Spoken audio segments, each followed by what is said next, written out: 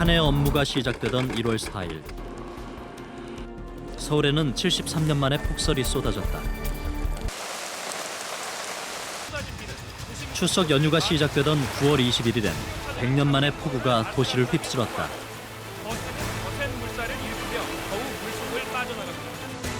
두 명이 사망하고 10,000명이 넘는 이재민이 발생했던 유례없는 재난이었다. 지난 여름, 한반도에선 폭염과 열대야 일수가 크게 증가했다. 잇따른 이상기후로 여름 배추의 가격은 한 포기에 15,000원까지 폭등. 배추가 아니라 금친데 뭐 차라리 금을 먹지 뭐 배추를 먹겠어요. 기후 변화는 이제 우리의 밥상까지 위협해 오고 있다. 지금은 폭염이 이제 주로 8월 달에 나타난다고 하면은 미래가 되면은 폭염이 뭐 9월 달에도 나타날 수 있고. 2100년까지 한반도의 기온은 4도가 추가로 상승할 것이라고 예측되고 있다. 식량 생산량은 14.9%나 감소하고 그 피해액은 천문학적인 숫자에 달할 것이다. 2000년서부터 2100년까지 누적되는 경제적인 피해가 약 800조 원을 넘는 것으로 추산이 됐고요. 모든 생명이 절체절명에 놓여 있는 이 위기로부터 벗어날 방법은 정녕 없는 것일까?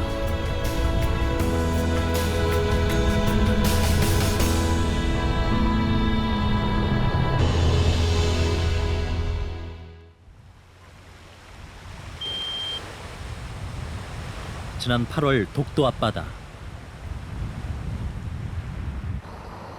8월이면 울릉도에서는 오징어 축제가 열릴 만큼 조업이 활발해야 할 때다.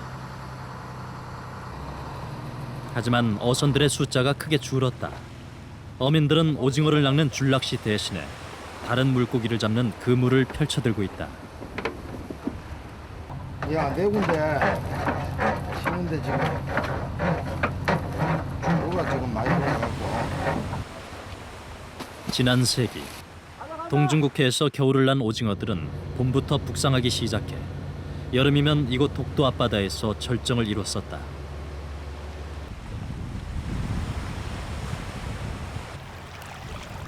그러나 기후 변화로 울릉도의 본격적인 오징어 조업 시기는 찬바람이 부는 9월 이후로 한 달 가까이 늦어지고 있다. 몇 년 전부터는 여름이면 아예 다른 물고기들을 잡고 있지만 요즘엔 그마저도 신통치가 않다. 날씨가 이러니까 고기도 썰해. 깊은 데로 다 나가보기 때문에 고기가 길어 보이고. 기후의 변화와 수온의 상승은 어종에도 변화를 가져왔다. 몸통에 보름달처럼 생긴 반점이 있는 달고기는 아열대성 물고기다. 제주도에서 주로 잡힌다는 어랭놀래기와 자리돔도 여러 마리다. 어느새 제주도나 다름없는 아열대성으로 변해가고 있는 독도 앞바다.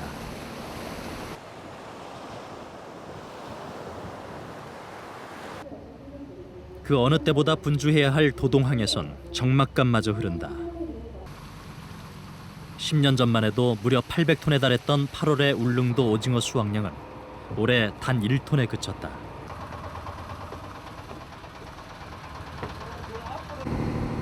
어민들의 손해도 이만저만이 아니다. 울릉도는 한 80%가 오징어인데 오징어가 안 나가. 원래 이게 절대 안 났어. 오늘 뭐 잡으러 가는 거예요? 오늘 자리돔 잡으러 가요. 자리돔. 울릉도에서 자리돔 잡아요? 예. 자리돔이라면 제주도의 명물이다. 그런데 벌써 3년째 여름이면 오징어 대신에 자리돔만 잡고 있다는 김정길 씨.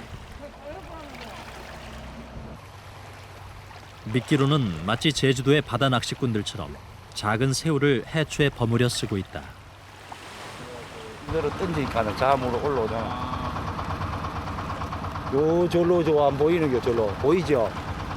저거가 자리돔 아니죠 지금. 이내 물반 고기반이다.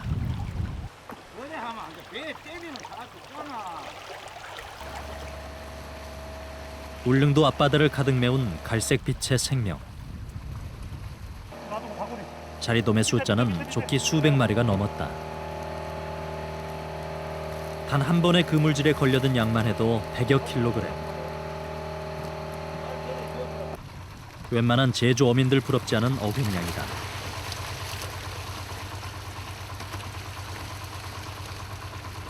고기가 물 온도만 맞을 것 같으면 이게 딱 내려가 한 두 번만 딱 땡기면 한 200kg씩 이래 잡아요. 그러면 집에 들어가 한 1시간, 2시간이면 자리돔은 정착성 어종으로 따뜻한 산호초와 암초 지역에서 무리지어 생활한다.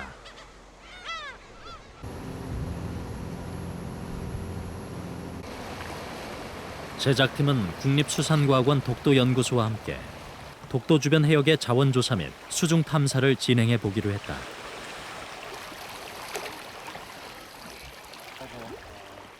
그런데 조사팀이 보여준 것은 놀랍게도 오분자기. 국가 기후변화 생물지표로 지정돼 있는 오분자기는 수온에 유난히 민감해 제주도에서만 서식하는 것으로 알려져 있다. 제주도 서귀포 이런 쪽에 있는 아열대 생물들 숫자가 조금 늘어나고 있어요. 독도에도 예전부터 있기는 있었는데 그 몇 년 전에 비해서 한 5년, 6년 전에 비해서 마리수가 늘어나고 있다는 거죠. 그러니까 전체적으로 조금 수온 상승에 영향을 받고 있다는 경향이 나타나고 있어요.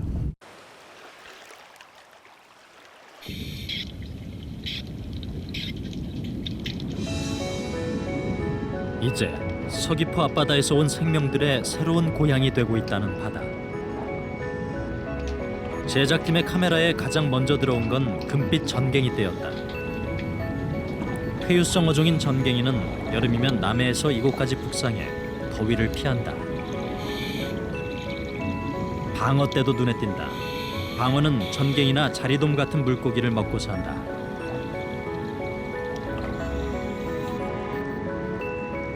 깊은 바닷속은 열대 산호들의 천국이다. 금빛 나팔 돌산호는 그 모습이 나팔꽃을 닮았다고 해서 붙여진 이름이다.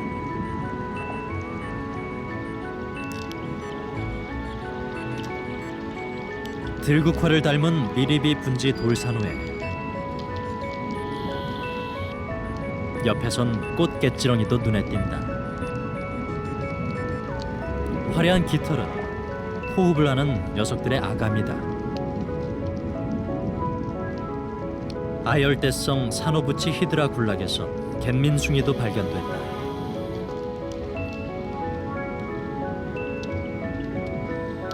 바다 달팽이라고 불리는 갯민숭이들은 히드라의 독을 먹고 산다. 히드라의 독을 이용해 마치 조갯살처럼 연약한 자신의 몸을 보호하는 것이다.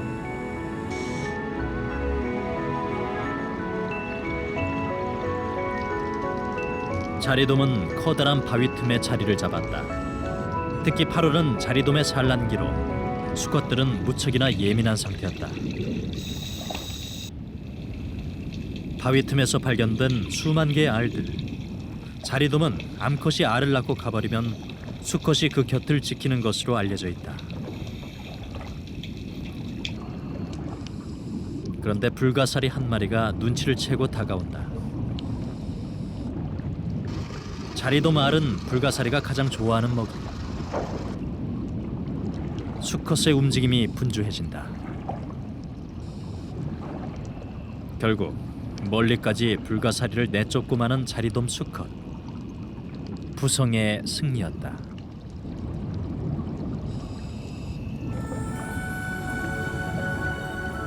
주변에서는 먼저 알에서 깨어난 자리돔 치어들이 힘찬 몸짓을 시작했다. 이제 이들의 고향은 제주도가 아닌 독도 앞바다.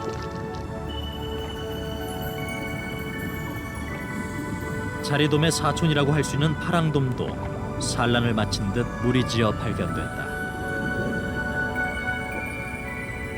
독도 주변 해역으로 회유한 요 열대 아열대성 어종인 자리돔과 파랑돔이 그 독도 해역 환경하고 잘 적응을 하거나 맞아서 완전히 정착해서 서식하고 있는 쪽으로 볼 수 있겠습니다.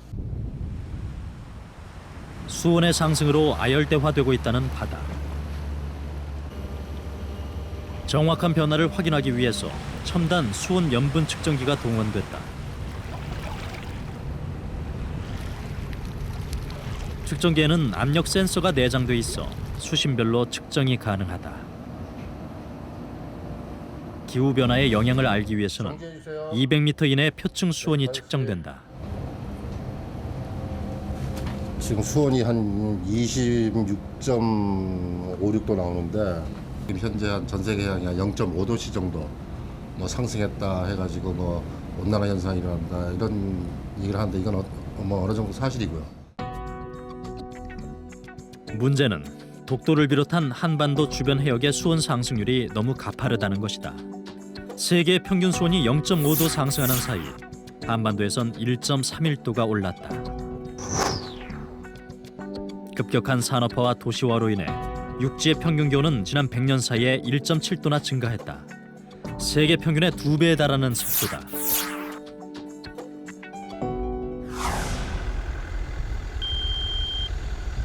지난 8월에 해발 700m 고지에 위치한 강원도 대길이까지도 30도를 넘는 폭염에 휩싸였었다.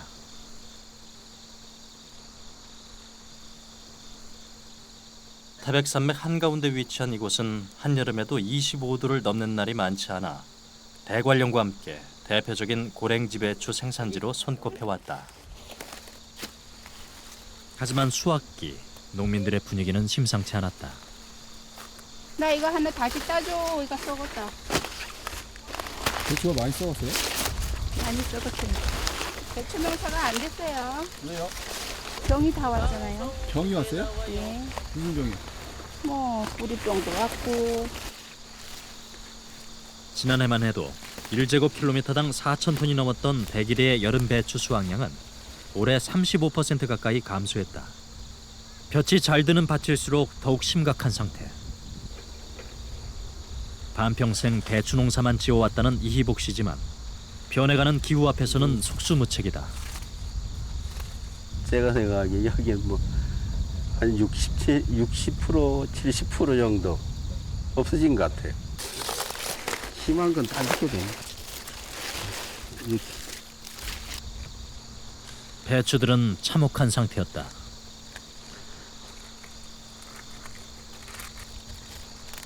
섭씨 17도에서 21도 사이 건조한 환경에서 자라야 할 배추들이 폭염과 집중호우에 시달리며 병에 걸려버린 것이다. 괜찮은 것 같아서 지금. 올여름 배추 대란의 주요 원인은 바로 배추 무름병. 잎이나 뿌리부터 시작된 세균성 병해가 포기 전체를 썩게 만드는 질병으로 고온다습한 기후에서 주로 발생하고 악화된다. 상품 가치가 없다고 말이죠. 뭐 다른 대안이 있어야 되는데 뭐 품종 개량이라든가 그런 게 절실하죠. 하지만 현재까지는 뚜렷한 대안이 없는 상태. 전문가들의 예측은 더욱 비관적이다. 기상청의 기후 예측 시나리오에 따르면 한반도의 평균 기온은 2100년까지 4도가 상승한다. 아열대 기후가 되는 것이다. 4도 정도 상승하게 되면은 지금 현재 그 남해안 일부 지방에 있던 그 아열대 기후 지역이 서울이라든가 수원과 같은 중부 지방과 그다음에 동해안 같은 경우에는 거의 모든 지역이 동해안은 이제 아열대가 되고요. 산악 지역을 제외하고는 우리나라 그 많은 대부분의 지역이 아열대 기후가 된다. 그렇게 볼 수 있습니다. 나와 내 아이들이 살아가야 할 미래. 그때는 과연 어떤 일들이 벌어지게 될까?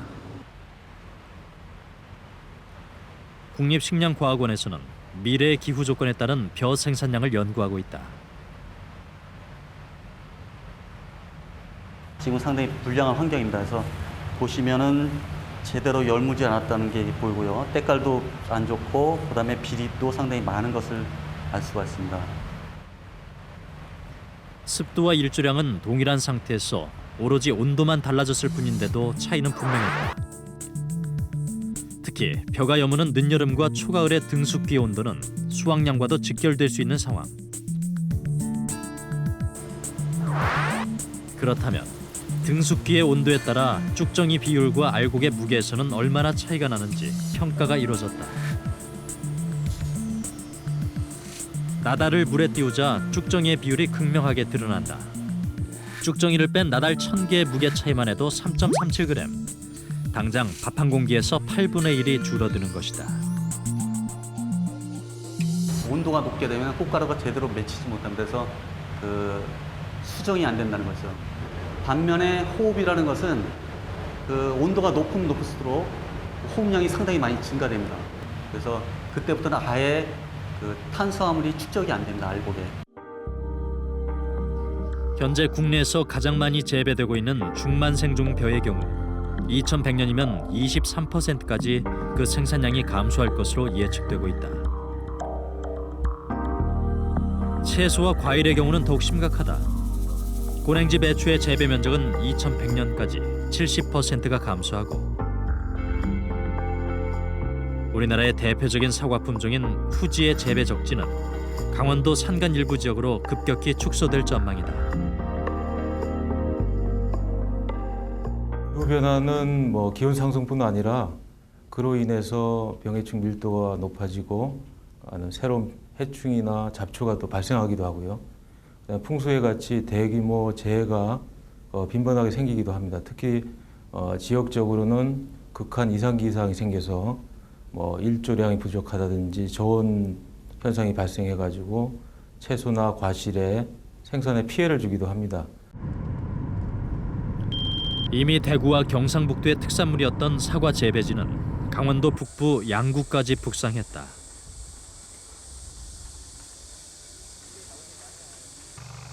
기온이 높아지면 사과가 쉽게 무르고 재빛깔조차 내지 못하기 때문이다.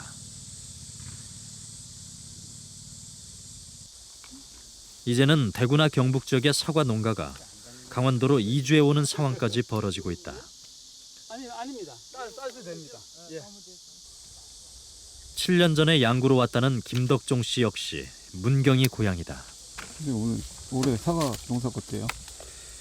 예, 올해 농사가 비가 많이 와가지고 여러 가지 병충해 하나 문제가 많은데 저희 농장 경우는 작년보다는 좀 낫습니다.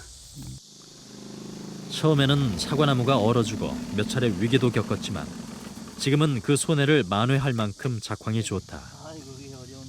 실제 대구와 경북 쪽에선 지난 20년 사이 사과 재배 면적이 30% 넘게 감소했지만 양구의 경우 농가 숫자만 4배 가까이 늘고 있는 상태. 제가 한 7년 전에 올 때는 양구 시내 에어컨이 없었습니다. 7, 8년 전에 없었는데 지금은 집집마다 아파트마다 에어컨이 다 있습니다. 그러니까 기후가 그렇게 상승해서 올라갔다는 거죠. 그렇기 때문에 전에는 사과가 안 됐는데 온도가 올라가니까 사과 되죠. 그리고 또 오히려 밑에 지역보다는 조건이 더 좋고. 이제 김덕종 씨의 사과는 양구군 이름을 달고 판매가 된다. 기후의 변화에 따라 농작물의 재배 적지가 변화하고 있는 것이다.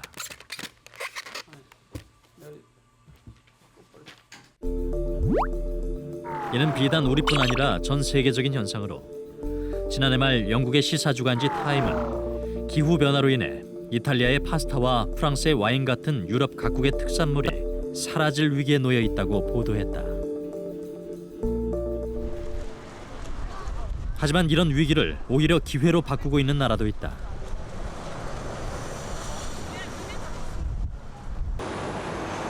지난 2008년 기후변화에 관한 법령까지 제정한 영국은 세계 최고 수준의 기후 예측 기술과 대응 정책을 갖고 있다.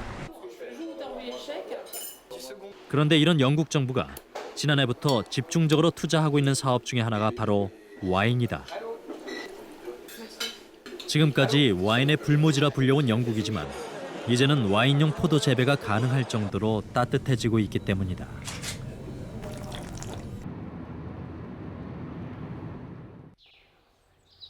런던에서 차로 2시간 거리에 위치한 서섹스주에선 마을 입구부터 거대한 포도밭이 펼쳐진다.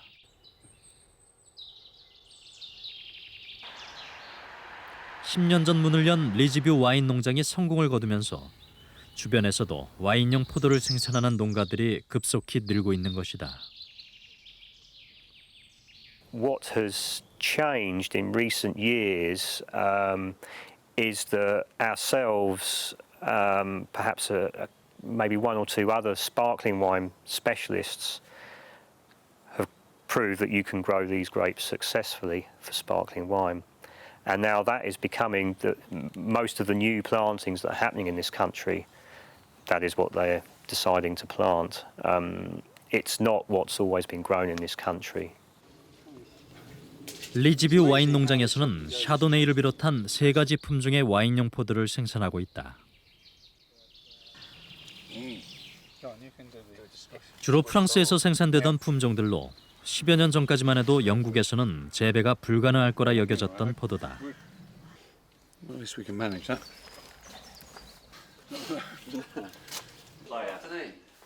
와인 농장 한편에 위치한 사무실로는 직접 찾아오는 손님들이 끊이지 않고 있었다.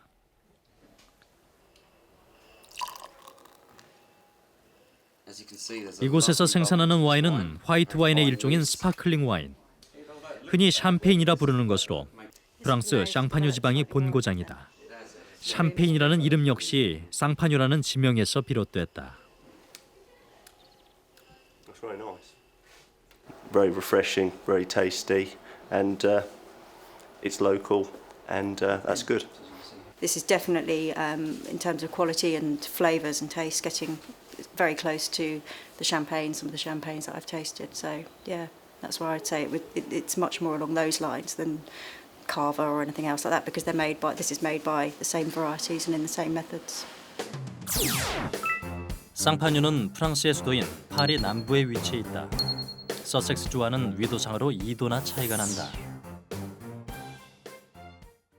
하지만 재배 적지가 변하면서 4년 전부터는 이곳의 와인이 본고장인 쌍파뉴를 두르고 세계 대회를 석권하고 있다. 유럽은 물론 최근에는 미국과 홍콩으로까지 수출을 시작하면서 매출액만도 10배 가까이 증가했다. I'll show you an example here. This is one of our rosés and it's a clear bottle. So it means you can see inside and you can see all that yeast which is inside the wine there. What this yeast is doing, this is creating the second fermentation and building up the pressure. The carbon dioxide is dissolving into this wine. But we also leave it for a longer time, approximately 2 years, so the wine can mature and get flavours and character from this yeast. 이곳에서는 쌍파뉴에서와 마찬가지로 포도와 효모만을 이용한 전통 방식으로 와인을 발효시킨다. 결국 변한 것은 단 하나, 바로 기후다. Because of that hard climate, we get all the right ingredients going into the grapes. The high acidity, full ripeness, not too much alcohol because we can't have that for the secondary fermentation. So we have an ideal climate. The Champenois themselves started and have started to feel that the world is warming up a bit.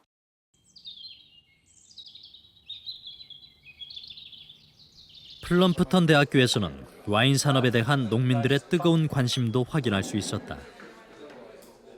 1996년 단 10명의 학생으로 시작한 이곳의 와인 강좌는 이제 한 해만 수백 명이 몰려들 정도로 인기가 높다.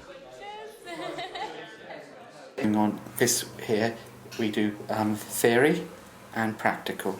So we talk about it in the classroom first, and they tell us the science and the understanding, and then we go out onto the field and we actually see what's happening, and that's very helpful. The climate change has helped to produce wine. I suspect in England it's definitely helped to produce wine. And I think someone mentioned to me earlier on yesterday that someone had planted a vineyard in Scotland, but I'm surprised because it's not, obviously it's much warmer down here than it is in Scotland. 보통 5일 정도 진행되는 강좌에서는 주로 포도나무의 특성과 재배법에 대해 다루고 있다.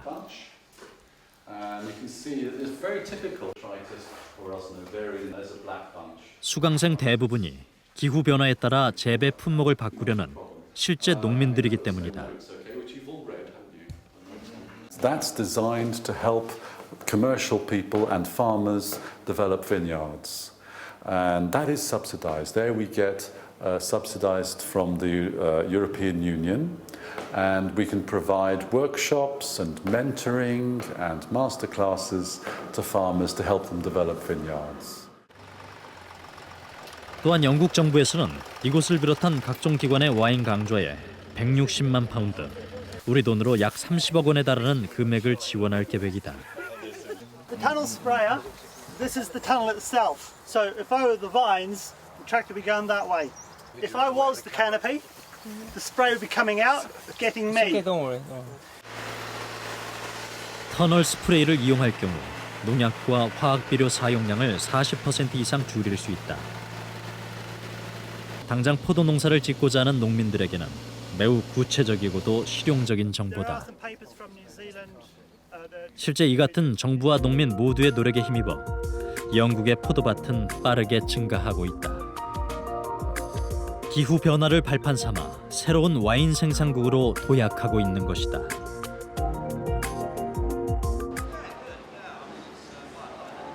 그리고 그 같은 변화는 지금 영국 농업 전반에서 시작되고 있다. 파밍 퓨처는 기후 변화에 따라 농민들이 어떤 농사를 지어야 할지 컨설팅하는 비영리 단체다. And our job is to not only make farmers aware of this issue, but help them, give them those practical tips and ideas so that they can do something about on their farm. We're all about enabling and empowering farmers to do that. And as we go into the next 10, 20, 30 years, it's going to become even more of an issue. And we want to show farmers how they can maximise the opportunities and minimise the risks. 영국 정부 지원금으로 운영되고 있는 이곳에서는 농민들을 위해 각 지역별 강연회를 개최하고 이메일을 통해서 개인에게 필요한 맞춤 전략까지 제시한다. 홈페이지에서는 지역 정보를 한눈에 찾아볼 수도 있다. 이미 영국 남부에서는 지중해의 특산물인 올리브까지 재배되고 있는 상태. 정부의 발빠른 대응과 지원 정책이 가져온 변화였다. And then we have other advisors in areas such as livestock farming or arable farming who also know a great deal about climate change in relation to their specific farming sectors. The government's chief advisor on science about 2 years ago, I think, spoke of the challenge that the UK and the world would face from climate change in terms of having to feed more mouths globally while impacting less in terms of environmental impact of farming. 유엔 산하의 기후 변화에 관한 정부 간 협의체인 IPCC 제4차 보고서에 따르면 농작물의 품종 및 경작 시기를 변화시키는 것은 기후 변화로 인한 농민들의 피해를 막고 곡물 수확량의 감소를 최소화시킬 수 있는 유일한 방법이다.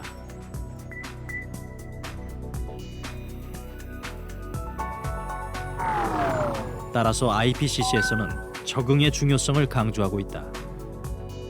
변화에 적응하며 손실을 줄이고 유익한 기회로 활용할 수 있는 전략을 세워야 한다는 것이다. So from our predictions show that if farmers do nothing, if they continue to grow the same varieties of crops and use the same management techniques, then they will be detrimentally affected by climate change out to 2050 and beyond.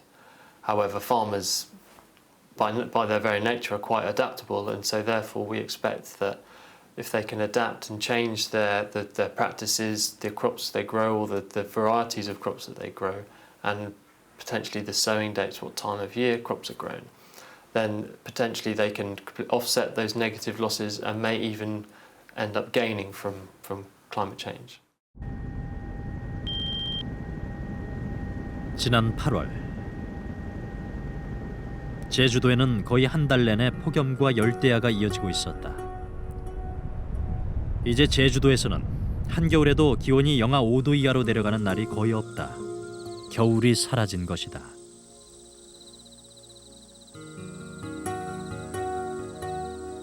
한대성 수종으로 한라산을 사시사철 푸르게 물들였던 구상나무는 그 개체수가 빠르게 줄어들고 있는 상태. 온대성 수종인 소나무와 신갈나무가 해발 1000m 이상의 구상나무 서식지까지 잠식해오고 있기 때문이다. 빠르게 성장하는 소나무의 그늘에 가려 빛을 보지 못해 죽어가는 것이다.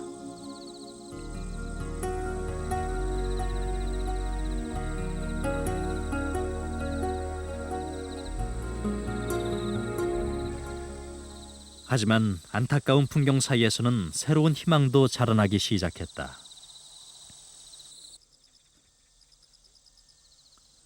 9년 전 김홍숙 씨가 국내 최초로 들여온 이 선인장의 꽃은 45일 정도가 지나면 빨간 열매를 맺는다. 용의 여의주를 닮았다고 해서 용과라고 부르는 열대 과일이다. 이게 우리가 우리나라에 나온 과일 나무가 아니기 때문에 내가 정보를 얻을 데가 없었어요. 그래서 다 외국에 가서 배우고 아니면 외국 자료를 통해 가지고 이거를 숙지해 가면서 이 과일을 만들어내기까지는 그 어려움이 뭐 없을 리가 없죠. 이건.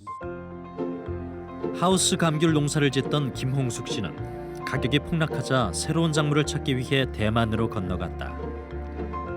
안면조차 없던 대만 농업기술원까지 찾아가 도움을 구하기도 여러 차례였다.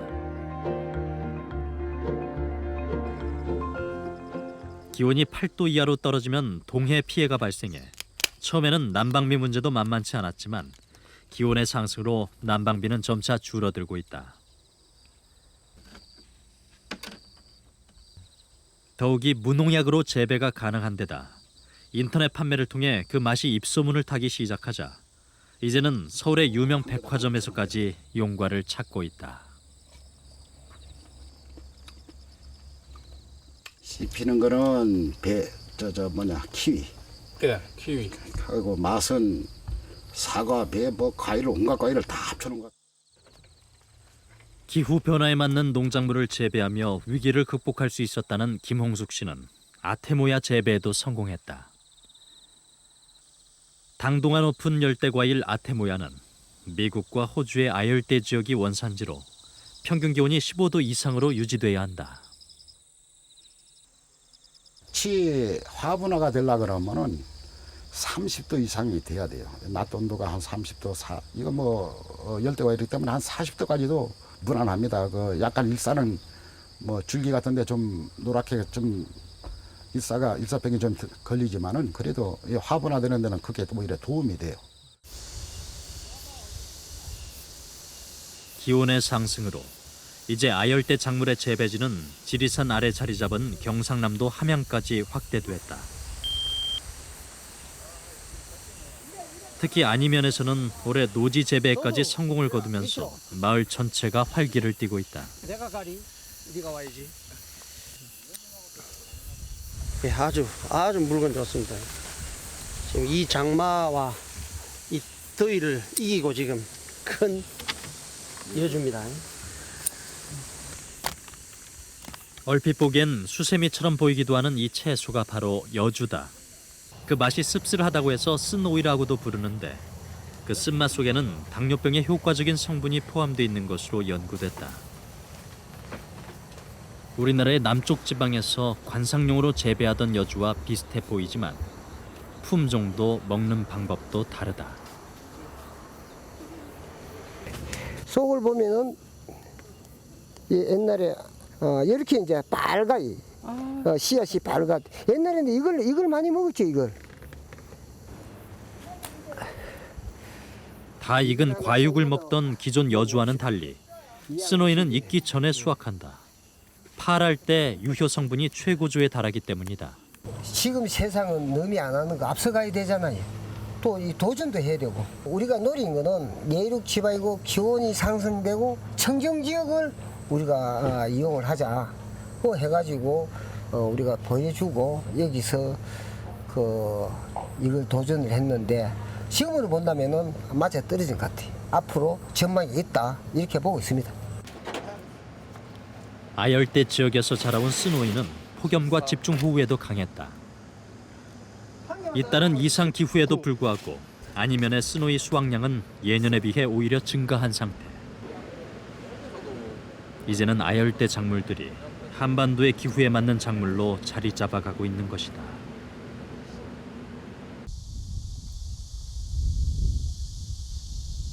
제주도에서는 이미 아열대 작물을 재배하는 농가 숫자가 100여 가구를 넘어섰다. 온난화 대응 농업 연구센터는 바로 그 전진 기지로 아열대 작물의 재배 기술을 보급하고 있다. 특히 관심을 기울이는 것이 열대 기능성 작물. 오크라는 고지혈증 등의 효과가 있다고 보고됐다. 자르면은 몸에 이제 끈적끈적한 거미줄처럼 이렇게 생기겠습니다. 이게 뮤신이라는 이제 성분이 많이 들어있는데 이게 사람들이 콜레스테롤 분해시키는 작용을 한다고 합니다. 지금까지 이곳에서 평가된 20여 종의 작물 중 재배 안정성과 경제성이 검증된 작물은 총 10종류. 망고와 아타모야, 아보카도 같은 열대과일 5종류를 비롯해 고급 서양 요리에 쓰이는 아티초크와 카레 원료인 강황 같은 기능성 채소 5종류로 이미 제주도를 넘어 남해안 지역으로까지 재배 면적이 점차 확산되고 있다.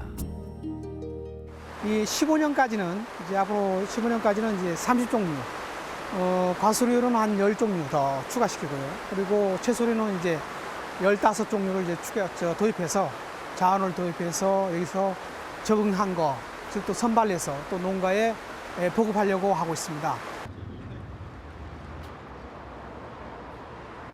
뿐만 아니라 우리나라에는 지난 2009년 기후변화 적응센터가 설립됐다.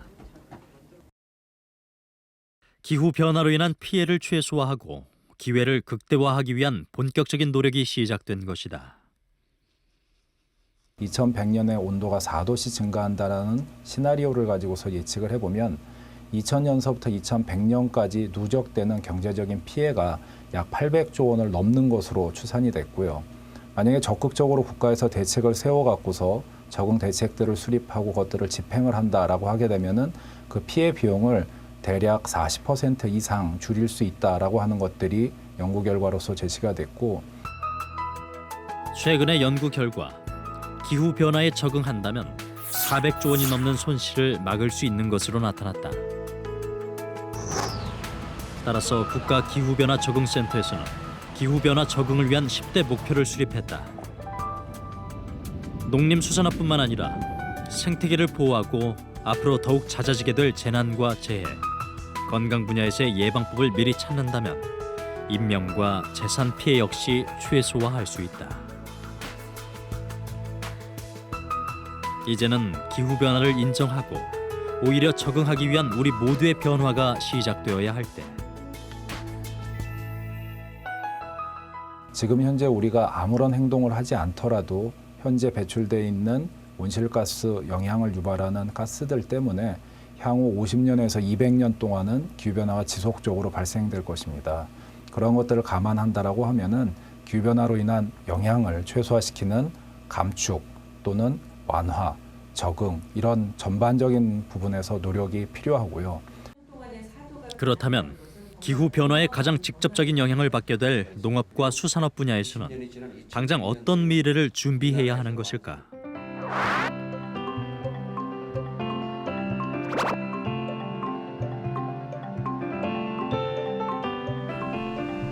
기후 변화가 일어남에 따라서는 이 아열대 기후가 100년 뒤에는 이와 같이 우리나라 전역에서 산간지방을 제외하고는 나타난다라고 말씀드릴 수 있습니다. 현재 제주도와 남해안 지역에 국한된 아열대 작물의 재배지는 30년 안에 경상북도와 전라북도까지 북상할 것으로 예측된다. 2070년에는 중부 내륙 지방을 포함하고 2100년이 되면 서울과 수도권까지 확대될 전망이다. 농업 분야에서 기후변화는 위기로 인식이 되어 있습니다. 그렇지만 기회 요인도 상당히 많습니다. 날씨가 따뜻해지면서 작물을 재배할 수 있는 기간이 상당히 길어져서 쌀이나 옥수수 같은 작물은 이모작도 가능하고요. 그다음에 가온을 해서 시설 재배를 하는 그런 작형에 있어서는 가온에 들어가는 연료비를 획기적으로 줄일 수가 있습니다. 바다의 변화는 더욱 놀라웠다. 현재 제주도와 남해가 중심인 고등어 어장이 2100년이면 북한 진남포와 원산 앞바다까지 북상할 것으로 분석됐다. 명태가 사라졌듯 미래에는 고등어까지도 귀한 생선이 될 수 있다. 지금 현재 고등어는 아마 백두산 강고등어가 유명하지 않을까. 그런 또 발해만에서 있는 진남포 강고등어가 유명하지 않을까. 완전히 고등어 어장이 부산 공동어지장에서 한 1년에 18만 톤씩 어획되는 그런 고등어 자체가 주 입한 장소가 원산 아니면 50년 후에는 원산과 진남포가 주 어장이 될 가능성이 상당히 많습니다.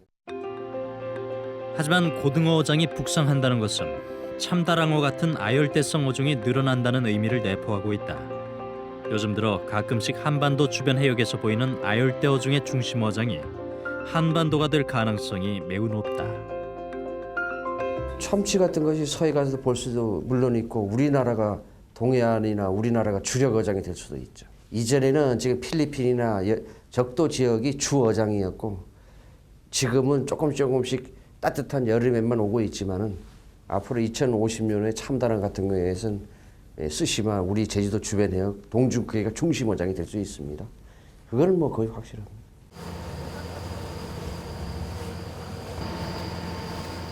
이미 제주도에서는 지난 2008년부터 참다랑어의 양식이 시작됐다.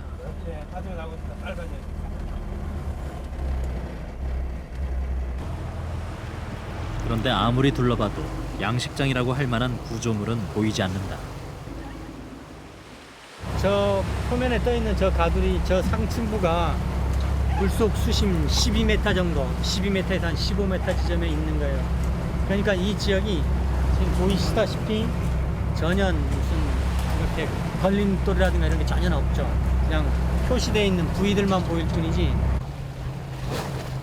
바다 위에 뜨도록 특수 설계된 쇠기둥에는 직경 34m에 이르는 거대한 그물이 연결돼 있다. 이것이 바로 국립수산과학원에서 개발한 세계 최초의 참다랑어 외해 양식장이다. 참다랑어들을 만나기 위해서는 조심스럽게 그물의 입구를 열고 접근해야 한다.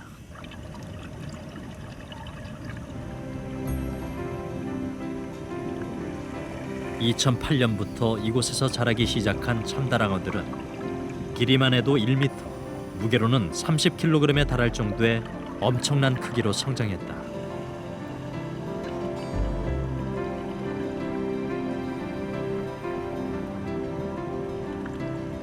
먹이를 던지자 참다랑어들의 움직임이 분주해진다. 고등어나 새끼 전갱이는 참다랑어들이 가장 좋아하는 먹잇감이다. 남획을 막으면서도 새로운 수산 자원을 확보할 수 있는 새로운 기회다.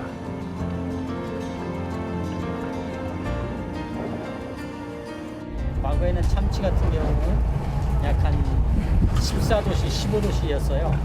그러면은 우리나라 같은 경우 제주도만 가능했던 그런 거죠. 그런데 이게 그 수온이 조금 상승하다 보면은 좀 더 범위가 위쪽으로 올라가겠죠. 제주도보다 위쪽으로 올라가서 참다랑어 양식하는데 맞는 수온 범위가 좀 더 넓어질 수 있고요.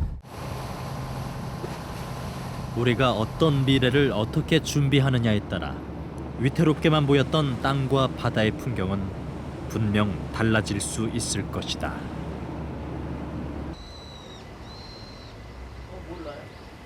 그렇다면 기존의 한반도에서 재배되던 작물의 경우에 대해서는 어떤 준비가 이루어지고 있을까?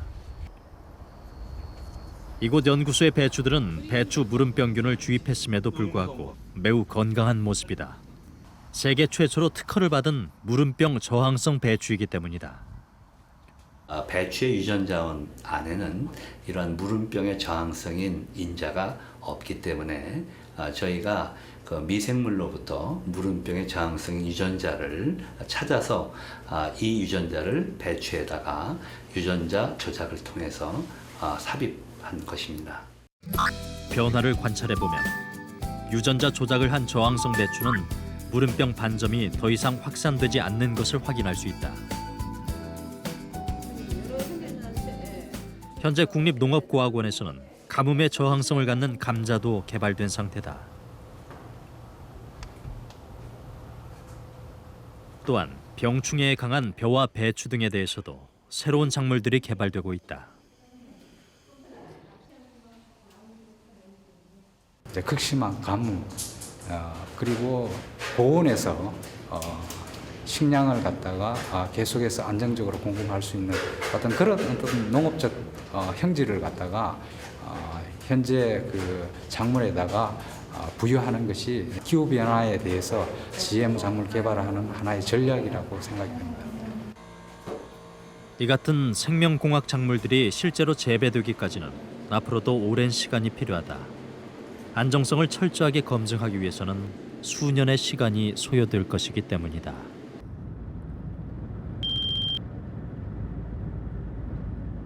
이제 동해안의 최북단에 위치한 강원도 고성에는 녹차밭까지 들어섰다. 머나먼 남쪽에서 올라온 녹차는 이곳에서도 향기로운 꽃을 피웠다. 야생의 맛이 강해 다도가들로부터 좋은 평가를 받고 있다는 고성 녹차다. 지금 여기 이제 2005년도서부터 이제 녹차를 재배하기 시작했거든요. 근데 지금 현재 이제 보시기에도 이제 상당히 잘 자라고요. 조건이 상당히 좋습니다. 이제. 박성준 씨의 녹차밭에선 전남 보성과 제주도에서 올라온 녹차들까지 건강하게 자라고 있다. 덕분에 요즘에는 관광객들까지 몰려와 한반도 최북단의 녹차밭을 구경하고 있다.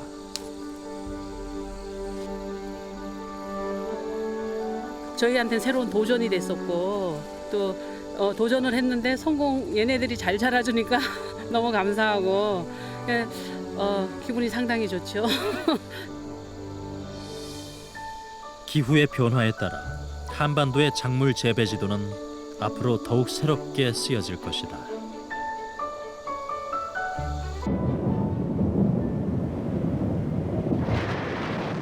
인간의 오만과 욕심으로 기후는 빠르게 변하고 있다. 이제는 변화하는 기후에 적응하며 피해를 최소화하고 새롭게 다가오는 기회를 통해 내일을 준비해야 할 때, 적응은 인간과 환경 모두가 미래를 꿈꿀 수 있는 기후변화 시대의 유일한 대안이다.